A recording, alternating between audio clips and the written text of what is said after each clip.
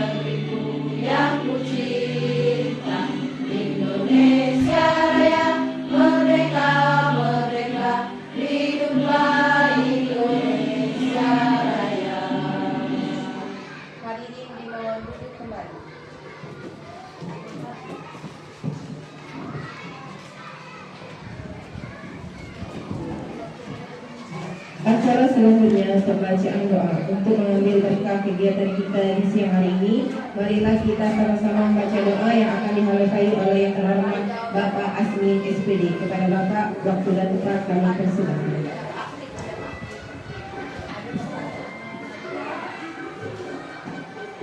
Assalamualaikum warahmatullahi wabarakatuh.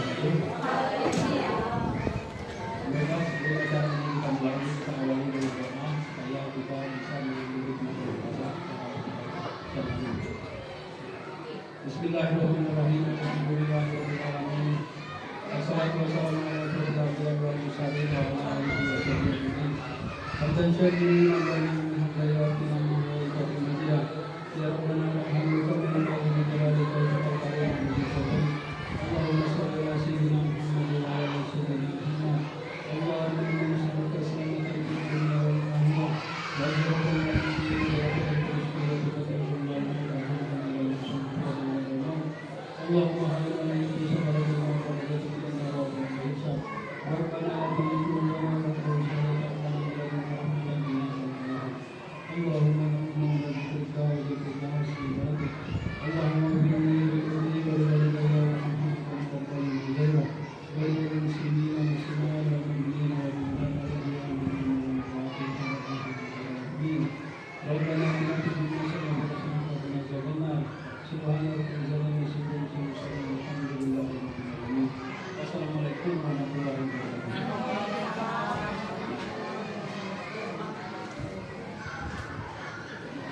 Acara selanjutnya, kata sambutan Kepala SD Negeri 3 Maringin dalam hal ini akan diwakili oleh yang terhormat Bapak Benanda SPD. Kepada Bapak, waktu dan tempat kami persilakan.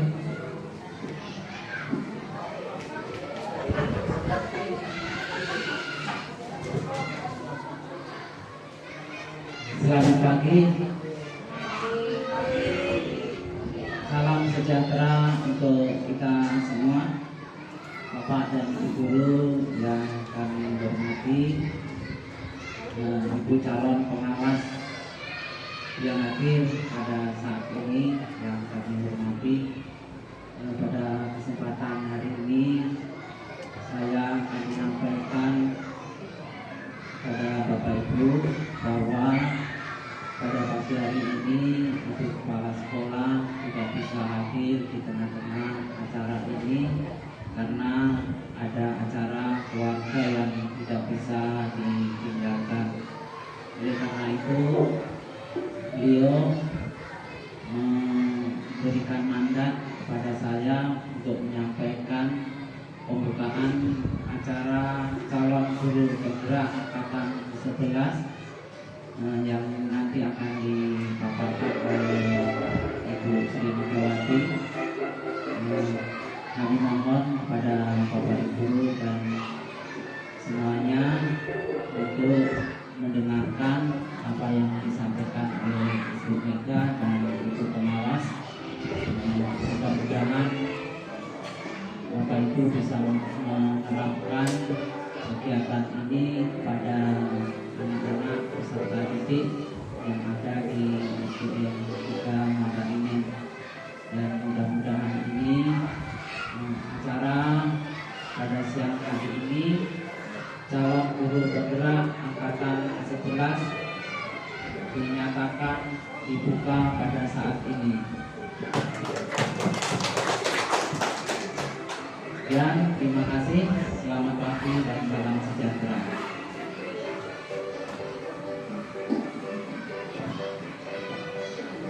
Baiklah, acara selanjutnya penyampaian materi berbagi praktik baik oleh calon guru penggerak angkatan 11 Ibu Sri Megawati SPD. Kepada Ibu kami persilakan.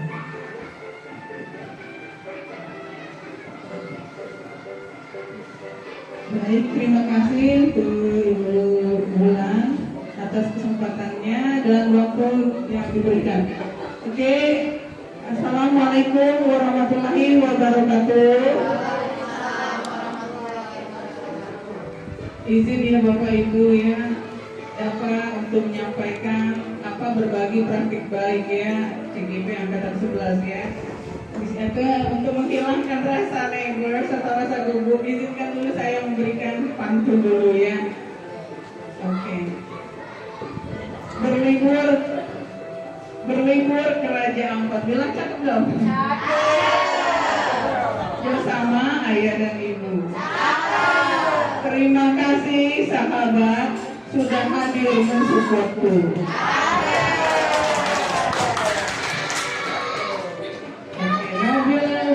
Diberikan Tuhan. Bahagialah rasa hatiku. Terima kasih kawan-kawan sudah datang membantuku. Terima kasih ya atas supportnya, atas dukungannya sudah diberikan kepada saya. Saya berdiri di sini bukan saya berarti lebih pintar atau lebih mumpuni ya, tapi di sini saya ingin berbagi Bu apa yang saya pelajari dan apa yang saya peroleh selama saya pendidikan di CGP itu selama 1 bulan lebih, yaitu sampai di dari modul 1.1 yaitu tentang tentang filosofi pembelajaran Pancasila yang disampaikan oleh Ki Hajar Dewantara, yaitu bahwa seorang guru itu adalah sebagai penuntun, dia tentang mengayomi anak didik. Terus ini mulai berperan dan nilai guru penggerak yang seperti yang saya sampaikan pada waktu visi-misi kemarin. Terus yang 1.3, nah sekarang saya itu ingin menyebarkan yang penerapan pengalaman, yaitu aksi berbagi budaya positif. Nah di sini saya akan menjelaskan tentang restitusi segitiga restitusi. Tapi sebelum ini saya akan memaparkan dulu tentang apa itu disiplin positif.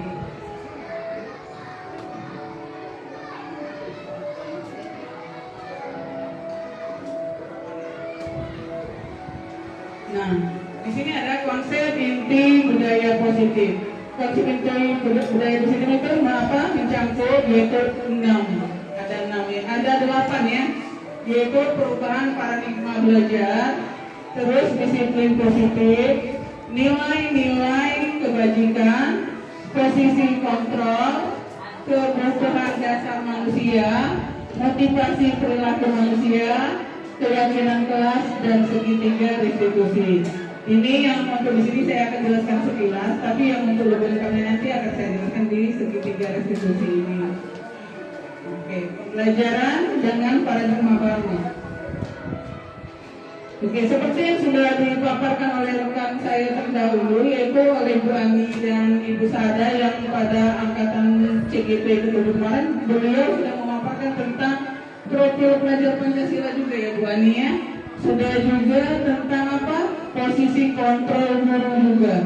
Oke, di sini yang profil pelajar Pancasila itu ada mencakup 6 profil itu apa? Yang pertama beriman dan bertakwa kepada Tuhan Yang Maha Esa dan berakhlak mulia.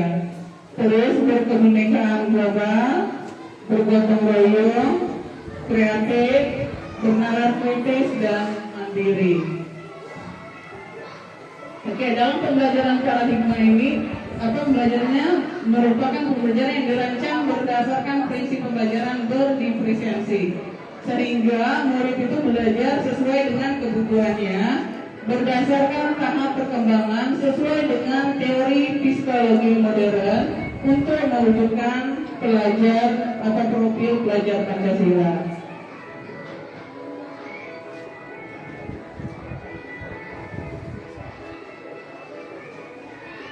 Nah, di sini ada miskonsepsi tentang teori kontrol yang kami belajar, yaitu yang pertama ilusi guru untuk mengontrol murid, terus ilusi bahwa kritik dan membuat rasa bersalah mampu menguatkan, terus ilusi bahwa semua penguatan positif efektif dan bermanfaat, ilusi bahwa orang dewasa berhak untuk memaksa. Nanti akan terjawab setelah saya menjelaskan pada segitiga restitusi ya Bu ya, yang Pak ya, yang tentang miskonsepsi tentang teori kontrol ini. Oke, sekarang kita lanjutkan itu disiplin positif. Nah, sekarang saya jelasin itu apa yang dimaksud dengan disiplin positif. Nah, disiplin positif ini Bapak Ibu berasal dari kata disiplina, yang artinya belajar, di mana yaitu disiplin mengacu pada disiplin diri yang memiliki tanggung jawab terhadap apa yang dilakukan berdasarkan nilai-nilai yang diyakini. Terus disiplin positif merupakan salah satu cara penerapan disiplin yang bertujuan untuk menumbuhkan kesadaran serta membudayakan murid tanpa imbalan atau penghargaan, ancaman, dan hukuman. Kemudian itu sebagai pendidik, tujuannya adalah untuk menciptakan murid yang memiliki disiplin diri, sehingga mereka berperilaku mengacu pada nilai kebajikan universal dan memiliki motivasi intrinsik dalam perubahan perilaku ke arah yang lebih baik.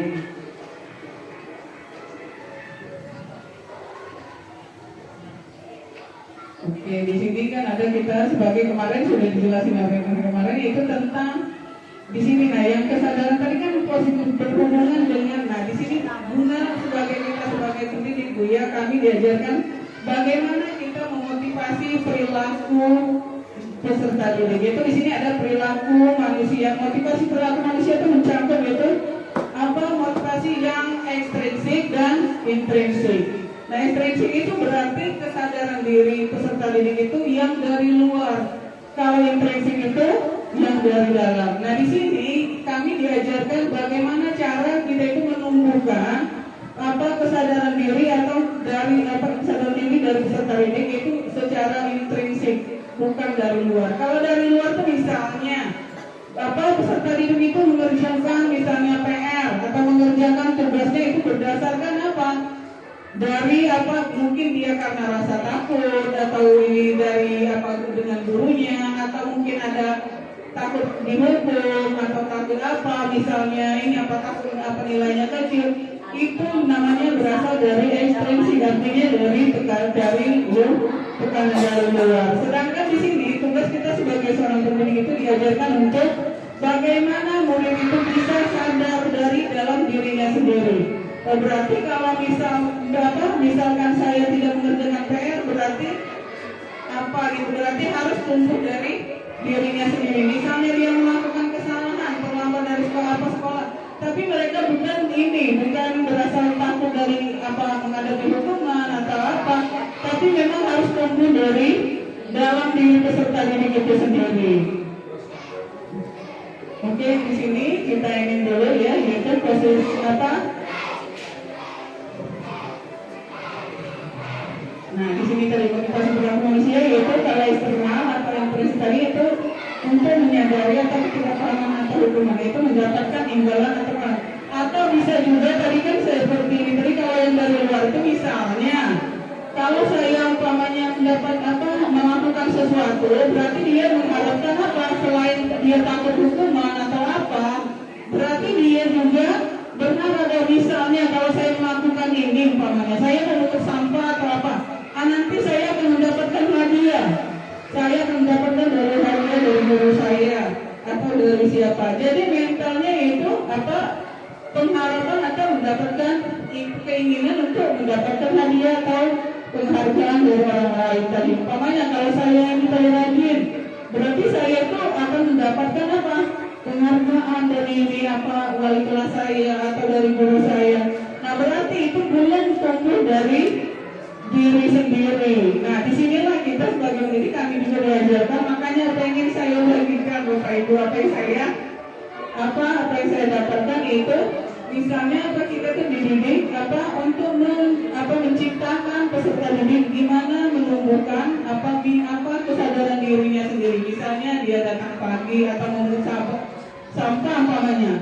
Memungut sampah berarti dia sadar bahwa manfaatnya ini memungut sampah ini untuk apa? Untuk kebersihan. Berarti kebersihannya itu untuk apa? Untuk kesehatan dirinya. Jadi dia sadar dari dirinya sendiri. Berarti bukan mengharapkan imbalan atau takut hukuman atau dari apapun ya. Jadi sudah menunggu atau sadar dari dirinya sendiri. Berarti yang disebut ini yang disebut dengan intrinsi tadi. Oke, ini selanjutnya itu posisi kontrol guru, seorang guru. Di sini posisi kontrol guru itu ada 5 ya Bapak Ibu. Bapak Ibu saya yakin Bapak Ibu mungkin sudah mengalaminya semua ya dan tahu ya mungkin sebagai apa yaitu posisi kontrol berarti adalah sebagai yang pertama adalah sebagai penghukum. Sebagai penghukum. Bapak Ibu kalau misalnya ya Pak Asmin memberikan umpamanya ada muridnya yang tidak membuat PR. Terus Pak Asmin memberikan tugas pada umpamanya siswanya tersebut itu misalnya menulis atau membersihkan WC itu termasuk apa menurut Bapak Ibu? Ada yang ini nggak coba? Umpamanya seperti ini saya ambil contoh ya. Di sini kan ada 5 posisi kontrol ya. Yang pertama sebagai penghukum, yang kedua itu sebagai pembuat rasa bersalah, yang ketiga sebagai teman, yang keempat sebagai pemantau, yang kelima adalah sebagai manajer. Nah, umpamanya kalau saya ambil contoh, tadi kan Pak Asmin ada siswanya yang lupa mengerjakan PR. Nah, di sini Pak Asmin memberikan sanksi kepada siswanya tadi yaitu dengan cara membersihkan WC. Nah, itu termasuk apa menurut Bapak Ibu?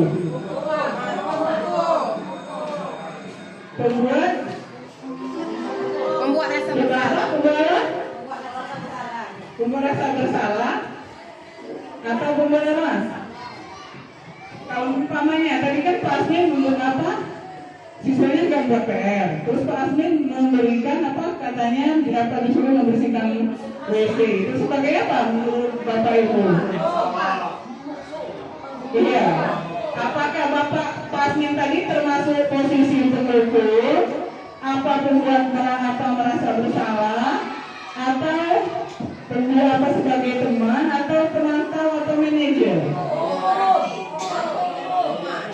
Nah, berarti apa? Iya. Ada yang bisa nggak memberikan alasan coba? Kenapa disebut sebagai penghukum? Ada? Bulan bisa coba bulan.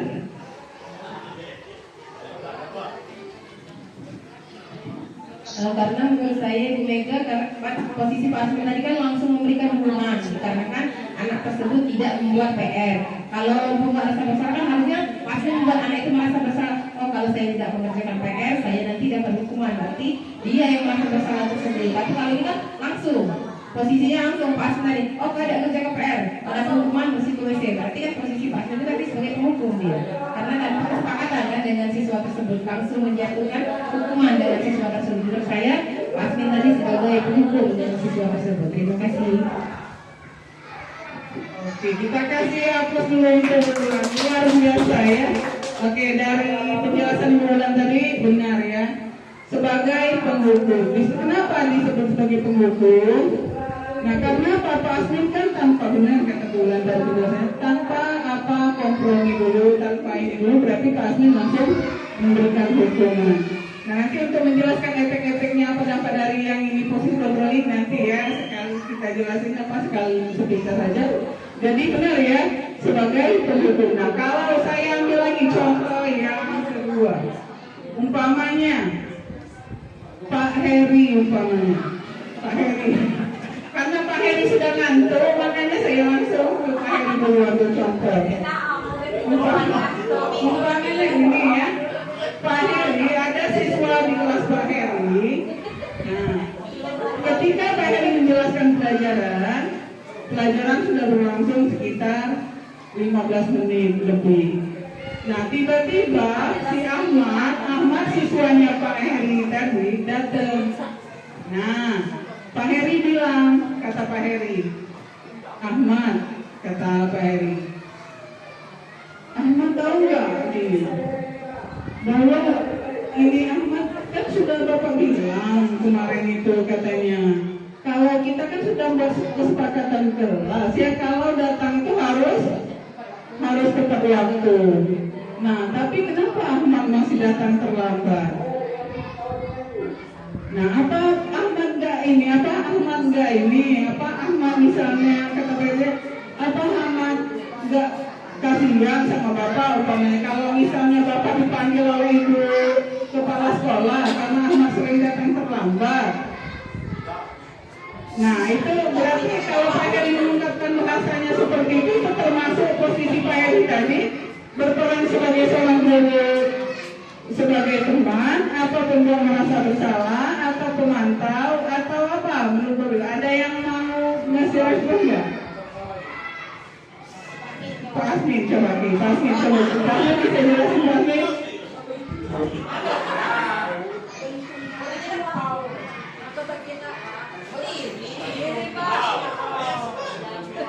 Assalamualaikum warahmatullahi wabarakatuh. Waalaikumsalam warahmatullahi wabarakatuh. Dari kasus menurut kita ini, menurut saya dia hukuman itu yang merasa bersalah karena begini, hukuman sedangkan peraturan itu sudah disepakati oleh semua kelas tadi dan datang jam sekian. Kenapa dia terlambat? Berarti itu sudah disepakati. Jadi itu membuat merasa bersalah. Oke, kasih aku dong. Oke, kita kasih aku dulu untuk Pak Asmin. Luar biasa Pak Asmin. Oke, jawabannya benar ya. Jadi membuat merasa bersalah. Kenapa? Disebut karena dengan ucapan Pak Heri seperti itu, maka si Ahmad tadi akan merasa, oh iya, berarti saya ini sudah melakukan kesalahan, sudah apa? Melanggar kesepakatan kelas yang sudah dibuat bersama Pak Heri tadi di kelas. Oke, itu aja sekilas ya Bapak Ibu ya, itu yang untuk tentang posisi kontrol. Tapi di sini kalau nanti pasti restitusi ada ya bulannya nanti kita akan ketemu yaitu penjelasan gimana yang posisi sebagai pemantau, gimana sebagai posisi sempurna yaitu posisi manajer. Nah, disinilah posisi manajer tadi guru itu biasanya kalau mau melakukan kesalahan itu dengan melakukan mengatasi masalahnya dengan segitiga restitusi. Oke, sekarang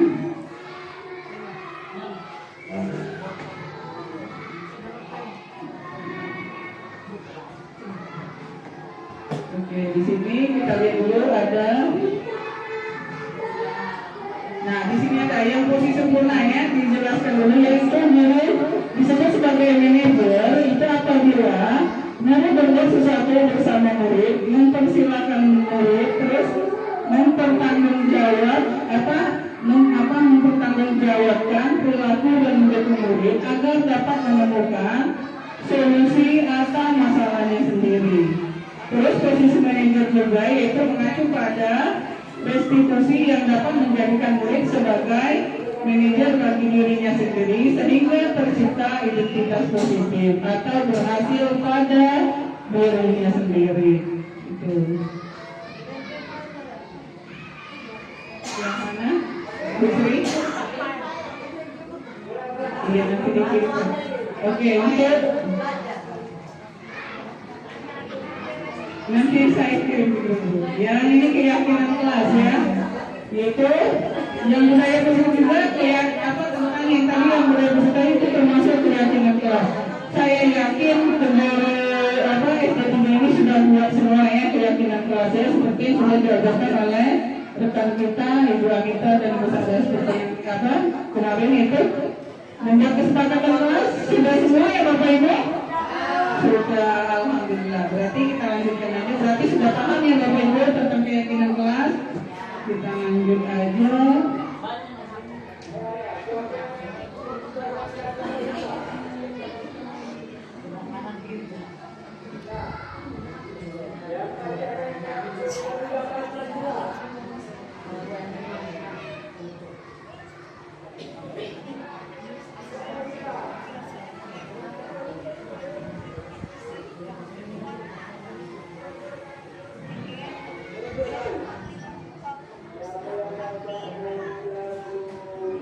Nah, di sini kita Bapak Ibu mau masuk ke segitiga atau penerapan segitiga restitusi. Apa itu restitusi? Nah, coba lihat di situ. Restitusi itu adalah proses menciptakan kondisi bagi murid untuk memperbaiki kesalahan mereka sehingga mereka bisa kembali pada kelompok dengan karakter lebih kuat. Begini, saya ambil lagi yang contoh ini pengertian dari restitusi ya Bapak Ibu. Jadi gini, kalau yang contoh saya ambil seperti yang terjadi pada Pak Asmin tadi atau yang posisi guru posisi komprominya itu sebagai penghukum, itu apa? Ada nggak dampaknya menurut Bapak Ibu terhadap murid coba? Umpama tadi kan Pak Asmin memanggil muridnya yang tidak mengerjakan PR yaitu dengan cara membersihkan WC, langsung itu melihat ini, atau misalnya ada guru terus langsung memarahi muridnya di depan kelas dengan ucapan atau kata-kata yang tidak baik. Nah, apakah itu bisa berdampak pada siswa atau peserta didik? Yang berdampak negatif pada siswa. Coba apa dampak negatifnya? Ada yang mau memberikan ini masukan dari setelah membaca apa itu pengertian restitusi?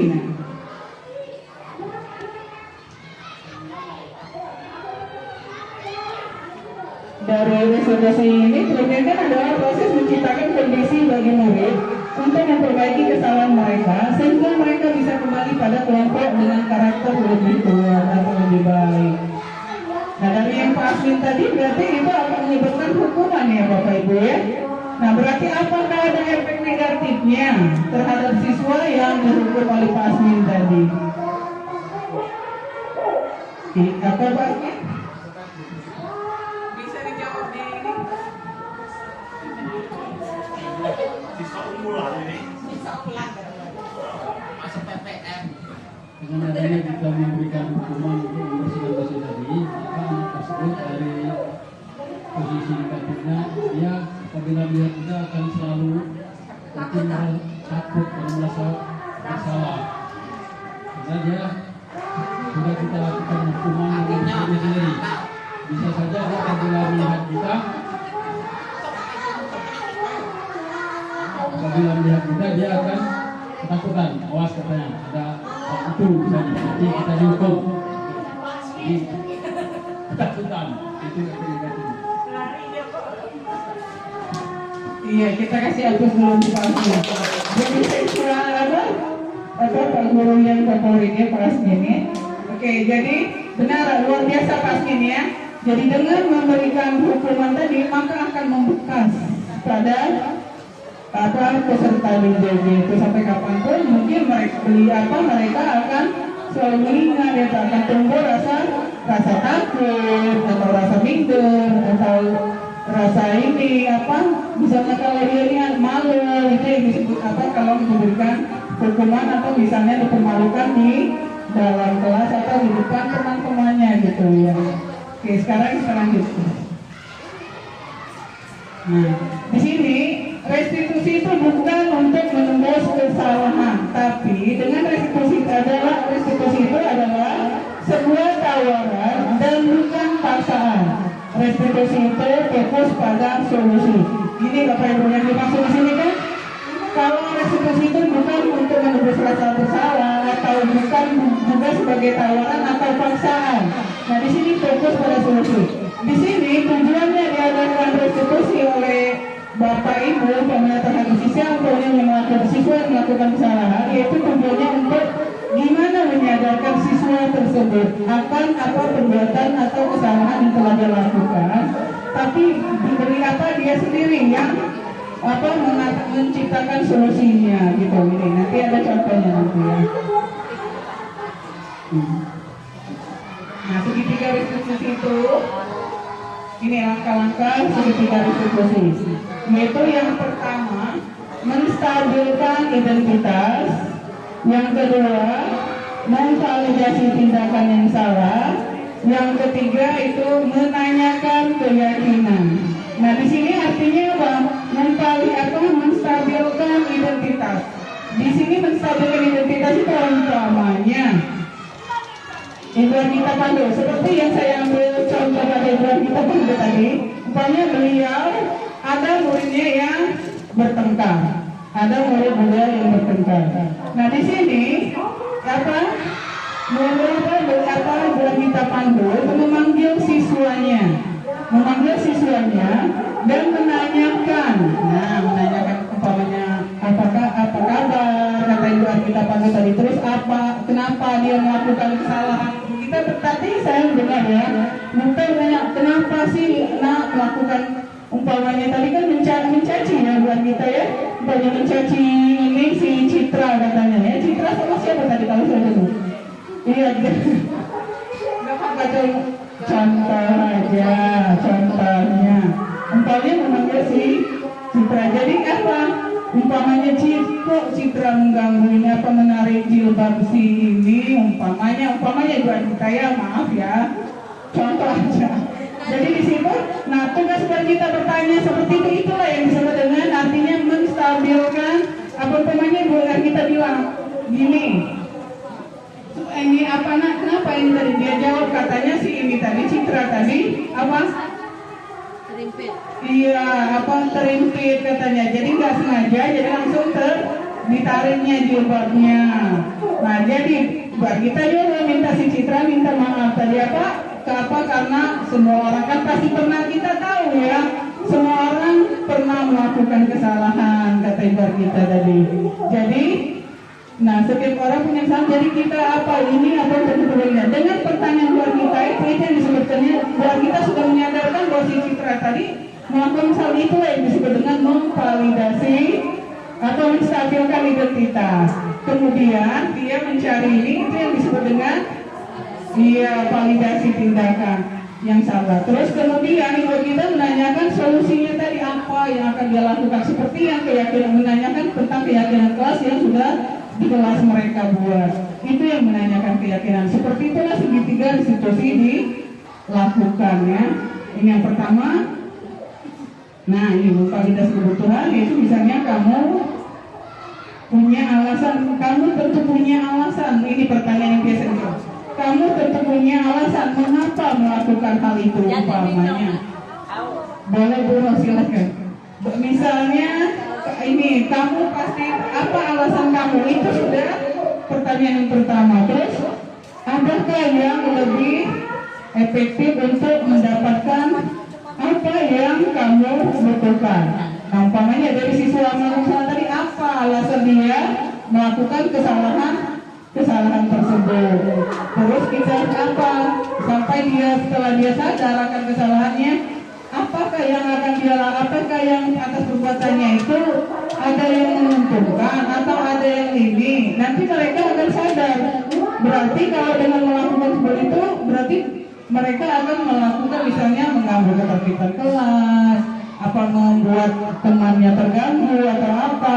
Nanti akan tumbuh sendiri yaitu jawaban dari siswa tersebut dan mereka bisa mengatasinya nanti. Oke, yang ini contohnya seperti yang saya ini terjadi umpamanya.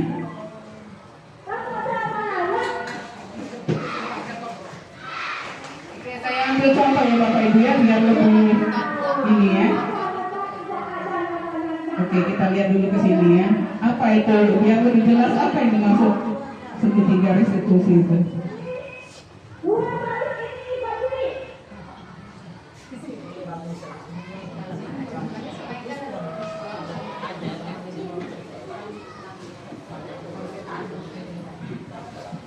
Konsep restitusi untuk membangun disiplin positif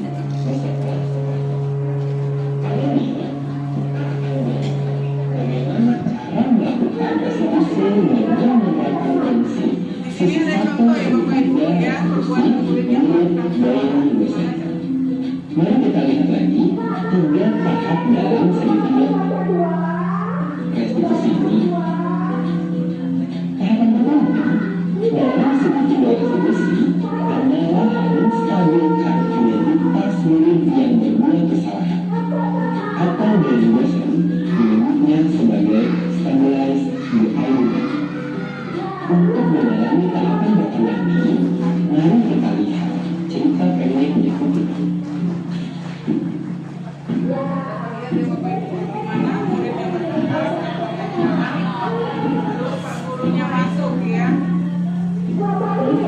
Saya tadi dari kosong, kan rasanya ikut main. Mana Kasman? Kenapa kamu juga ikut-ikutan Amir? Nakal sekali sampai kelas lebih-lebih. Kalian sekolah mau main-main atau mau belajar kan?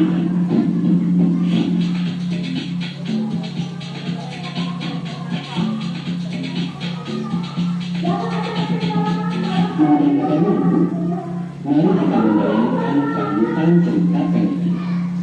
Kira-kira menurut ibu dan bapak guru, kelanjutan cerita apa yang akan terjadi setelah Pak Rusda mengeluarkan kalimat penuh hikmah tadi? Apakah murid-murid akan bersikap kooperatif dan membersihkan kelas? Apakah mereka membersihkan kelas dengan perasaan senang dan ikhlas atau karena takut? Setelah membersihkan kelas, apakah suasana akan nyaman untuk belajar? Adalah menstabilkan. Kalian sekolah murid akan bersikap kooperatif dan membersihkan kelas. Apakah mereka membersihkan kelas dengan perasaan senang dan ikhlas?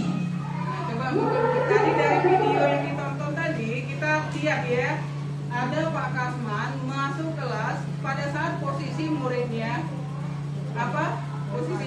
lagi bertengkar, lempar-lemparan.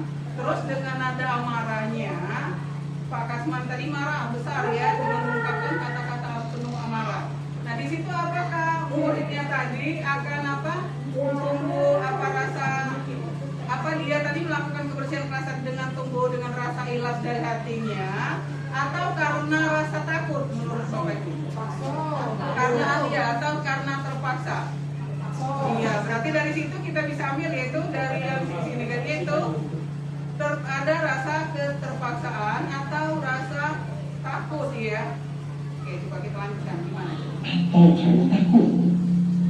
Setelah membersihkan kelas, apakah suasana akan nyaman untuk belajar atau malah merasa segan? Mari kita lihat cerita yang kedua.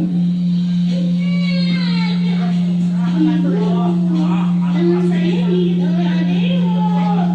Oh, tapi bosnya ngambil bakal saya, Bu. Dia yang salah. Tapi sakit, Bu. Nih, ada bekas giginya. Merah lagi. Sakit, Bu. Adek, lebih baik tidak boleh menggigit teman. Kenapa kamu menggigit teman? Anak pintar tidak kasar begitu, ah. Bagian teman harus berdiri di pojok kelas sampai semua temanmu selesai makan. Ya? Menurut ibu dan bapak guru, bagaimana kelanjutan cerita ini? Akankah Adeo merasa sedih dan gagal karena dihukum di depan teman sekelas? Apakah Adeo akan memiliki niat dari dalam diri untuk berhenti menyakiti temannya? Setelah kejadian ini, bisakah Adeo merasa nyaman dan senang di kelas? Akankah Norce belajar soal empati? Nah, ibu dan bapak guru, mari kita simak dua cerita tadi dalam versi yang lain. Halo, selamat pagi semuanya. Maaf Pak, saya tadi diajak Kasman. Saya ikut main. Waktu sekolah dulu, bapak juga senang sekali bermain dengan teman-teman, apalagi bermain air.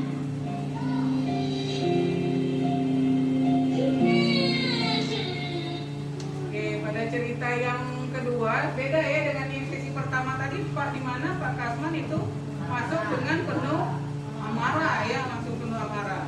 Jadi beliau mengucapkan kata-kata yang penuh amarah. Nah di situ tadi Bapak dan Ibu benar sudah menjawab, yaitu luar biasa ya, jawabannya itu akan muncul apa? Rasa terpaksa dan rasa takut ya. Jika penuh amarah itu takut dimarah oleh gurunya apa Pak Kasman, takut di ini apa terus malu penuh ini. Jadi mereka tadi membersihkan tadi bukan karena ikhlas jadi ya, tapi karena merasa takut atau terpaksa. Tapi pada video yang kedua setelah kita lihat yaitu di mana Pak Kasman tadi masuk yaitu dengan penuh. Nah coba lihat dulu, di mana dia masuk dengan penuh. Adeo akan memiliki niat dari dalam diri. Ya, sebentar ya, kita lihat lagi. Sama-sama kita pasti bisa menyelesaikan.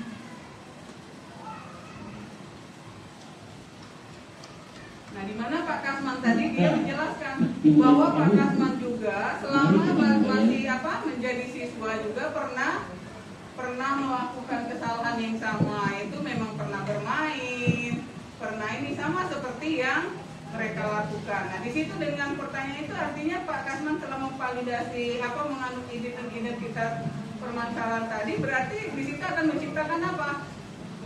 Iya, rasa empati, terasa ini dari murid tadi karena rasa mereka ini tadi, jadi mereka tidak ada bukan karena oleh rasa takut, misalnya mereka tertib atau melakukan kebersihan tadi, bukan karena terpaksa. Nah, gitu.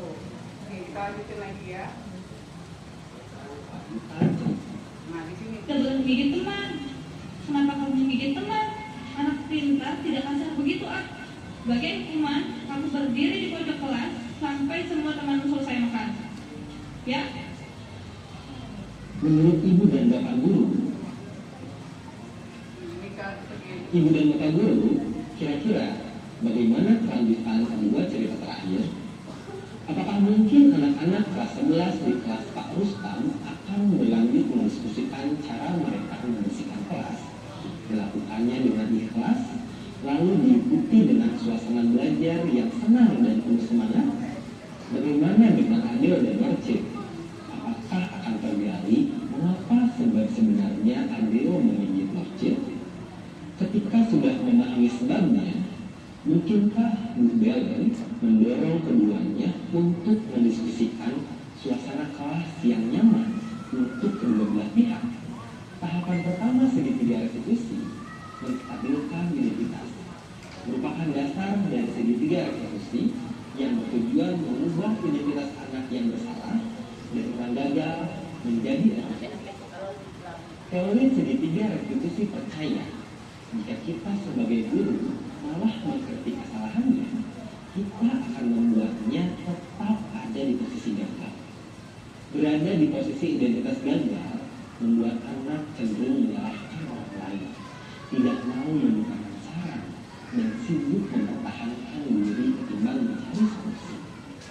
Kita bisa menjadi guru proaktif yang berusaha meyakinkan anak dan membawanya keluar dari kegagalan dengan mengatakan kalimat-kalimat berikut. Berbuat salah itu tidak apa-apa. Tidak ada manusia yang sempurna. Ibu atau bapak guru juga pernah kok melakukan kesalahan itu. Kita bisa menyelesaikan masalah ini. Ibu atau bapak guru tidak tertarik pada kesalahanmu, tapi bagaimana mencari solusi dari kesalahan ini. Kamu berhak kok merasa begitu. Kita sudah mencoba yang terbaik yang bisa kita coba. Tidak apa-apa, namanya juga belajar. Kita perbaiki lagi sama-sama. Identitas anak membantu murid menjadi tenang, kembali ke suasana hati di mana penyelesaian masalah bisa dilakukan. Dengan begitu, murid akan terlibat aktif, belajar memperbaiki diri dan keadaan. Bisa jadi dengan ide-ide yang muncul dari dalam dirinya. Dengan proses restitusi, murid akan terlatih menjadi berdaya dan bertanggung jawab. Suasana disiplin positif pun dapat meraih. Ibu dan bapak guru tidak mudah memang mengendalikan diri saat melihat murid-murid melakukan kesalahan.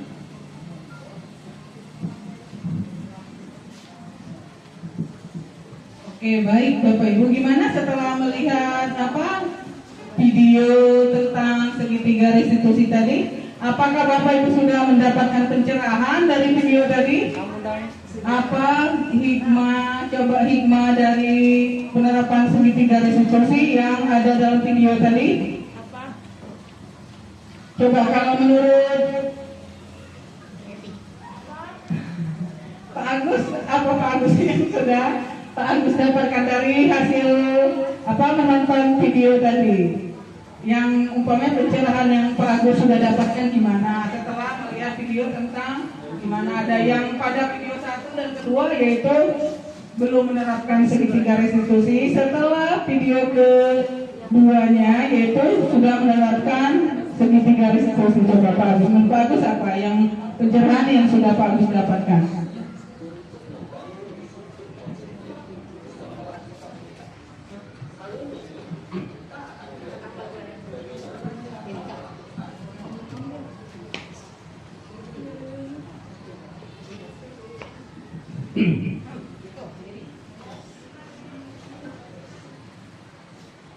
Pendapat saya, ya kita kalau di dalam kelas atau di lingkungan di kelas itu,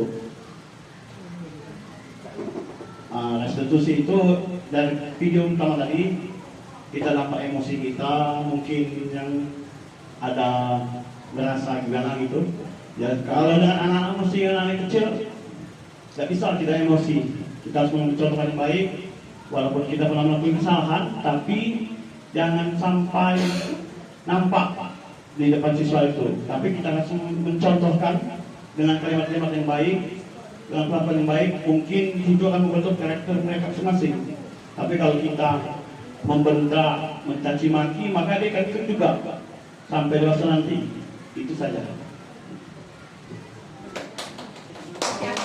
Tak kasih aplaus untuk Pak Agus, luar biasa Pak Agus ya, benar kata Pak Agus ya. Apakah ada yang lain yang setelah menonton video tadi dapat pencerahannya? Pak Heri? Apa yang Pak Heri dapatkan dari setelah membandingkan keempat video tadi ya? Ada yang menggunakan restitusi, ada yang tidak. Terima kasih. Ayo udah gantung. Jadi video yang ditampilkan tadi, dapat saya satu kesimpulan bahwa ada manusia yang tidak sempurna. Semua manusia pasti berbuat salah. Bagaimana kita menyikapi kesalahan itu menjadi sebuah pembelajaran sehingga kita dapat memetik hikmah dari semua. Terima kasih. Itu saja.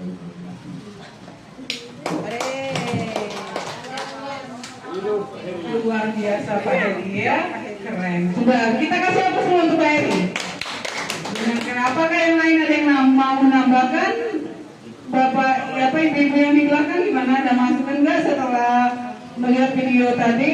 Apakah ada pencerahan yang sudah diperoleh dari menonton video tadi? Ibu Samina gimana? Ibu Dina mungkin dari keempat video tadi, apakah Ibu Dina ada pencerahan yang bisa Ibu Dina sampaikan? Hati suara deh tuh. Habis suara ini.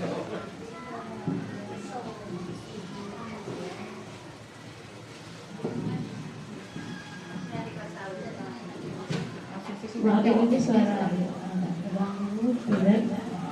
dari yang saya tonton dari ilustrasi di depan, selama ini yang kita lakukan yang pertama karena kita berdosa-dosa. Kita kadang belum memahami apa karakter anak, sehingga kita langsung menghukum mereka tanpa perasaan mereka, mendengarkan perasaan mereka. Sedangkan yang kedua,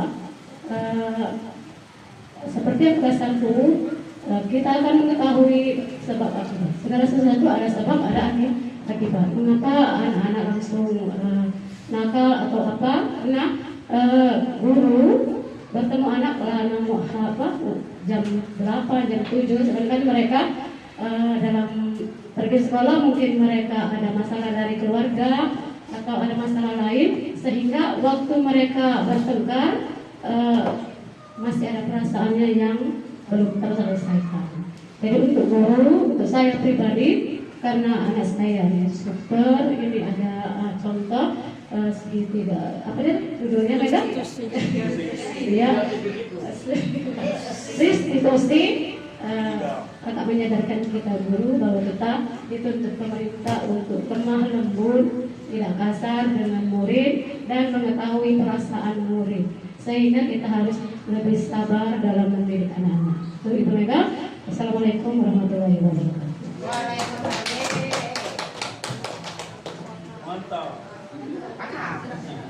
Oke, luar biasa Bu Dina. Kita kasih apa dulu untuk Bu Dina? Oke, sekarang ada nggak dari setelah melihat dari pemaparan yang saya paparkan tadi, terus dari video ilustrasi yang sudah saya tampilkan tadi kepada Bapak Ibu, ada nggak yang mau bertanya atau ada yang belum paham? Bapak Ibu, Ibu Leni? Oke, Ibu Leni. Ibu Leni bisa maju?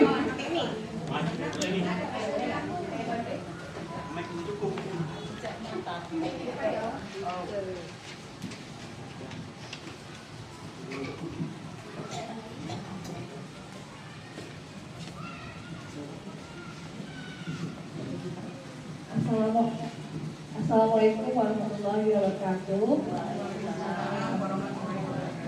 Baiklah Ibu Mega, mengenai segitiga restitusi di sini ada hal yang saya ingin tanyakan mengenai segitiga restitusi dalam disiplin positif, ya. Tentunya kita sebagai guru di sini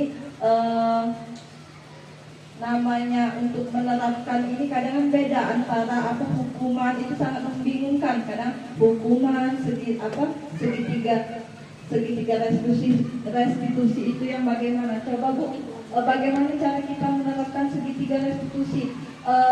Karena tanpa sadar kadang kita ini sebagai guru ya, menurut kita itu sudah oke, hukuman itu layaknya kita oke, kalau ternyata itu membawa dampak negatif pada anak.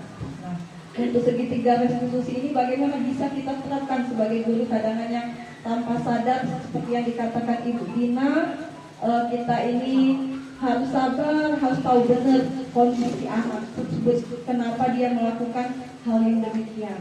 Terima kasih, itu saja yang saya ingin tanyakan.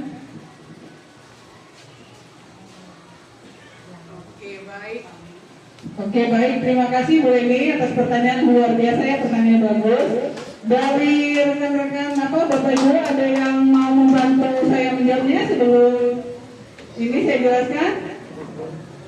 Ibu Epi gimana? Bisa menjawabnya? Ya, Ibu Epi tadi mengangkat tangan.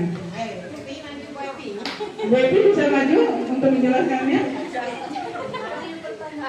Dari pertanyaan Bu Leni tadi.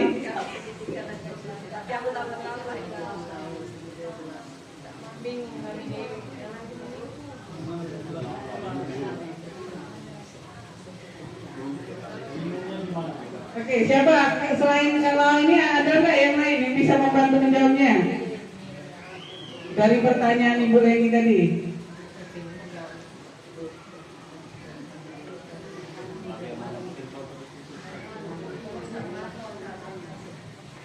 Iya, dari tadi Kak, ada nggak rekan-rekan yang bisa membantu menjawab pertanyaan dari Bu Leni tadi?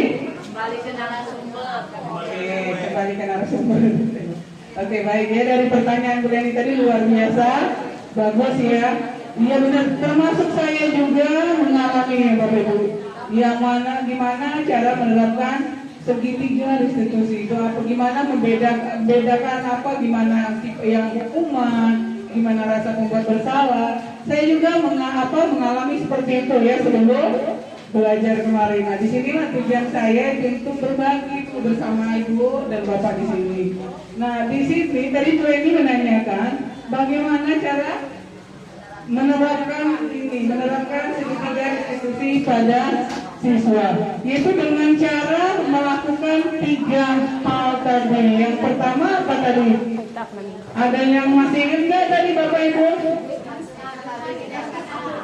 Apa? Iya, menstabilkan identitas, yaitu dengan cara apa yang seperti ucapan yang sudah diucapkan oleh Pak Heri tadi, yaitu iya, tidak ada makhluk yang sempurna, atau iya, saya juga pernah melakukan kesalahan yang sama. Jadi semua orang pernah melakukan kesalahan. Dengan bahasa seperti itu, maka siswa atau peserta didik kita akan tersadar terus dan mengetahui kesalahannya. Yang kedua apa tadi Bapak Ibu setelah yang dipaparkan saya tadi apa? Untuk melaksanakan segitiga restitusi apa coba yang kedua? Iya, memvalidasi tindakan yang salah.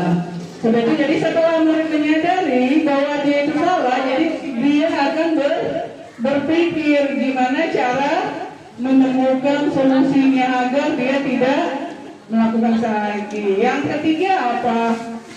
Coba Bapak Ibu masih ingat tadi? Ada.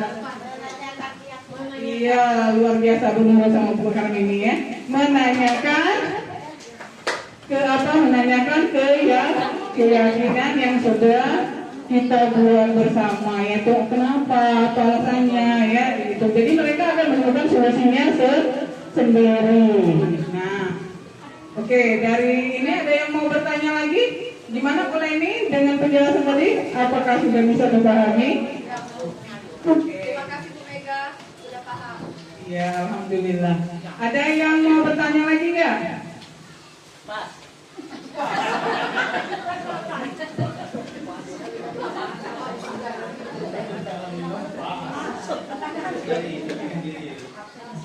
Oke, Bapak Ibu sudah absen semua?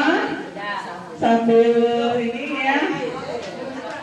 Sekarang sebelum saya tutup, saya mau tadi kan saya buka dengan pantun, jadi saya ingin mengakhirinya juga tentunya dengan pantun juga ya Bapak Ibu ya. Bilang cakep ya Bu Bapak Ibu ya. Oke, makan nasi lauknya ikan. Dikasih kerupuk rasanya gurih. Tak lupa mengucapkan Beribu-ribu terima kasih. Kalau sedang baca laguku sambil ngemil agar tak bosan. Terima kasih teman-temanku. Maaf sudah merepotkan. Terima kasih. Saya kembalikan kepada moderator ya, Ibu Ulas.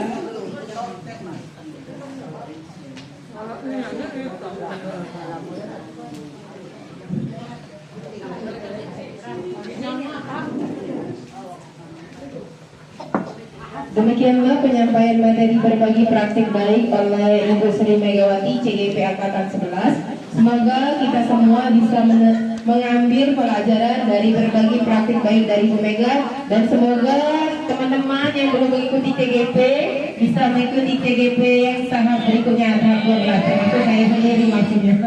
Oke, sebelum kita tutup, Kak Ibu Mega sambil menikmati seneng ala kadarnya atas ucapan terima kasihnya karena telah mau mengikuti kegiatan berbagi praktik baiknya.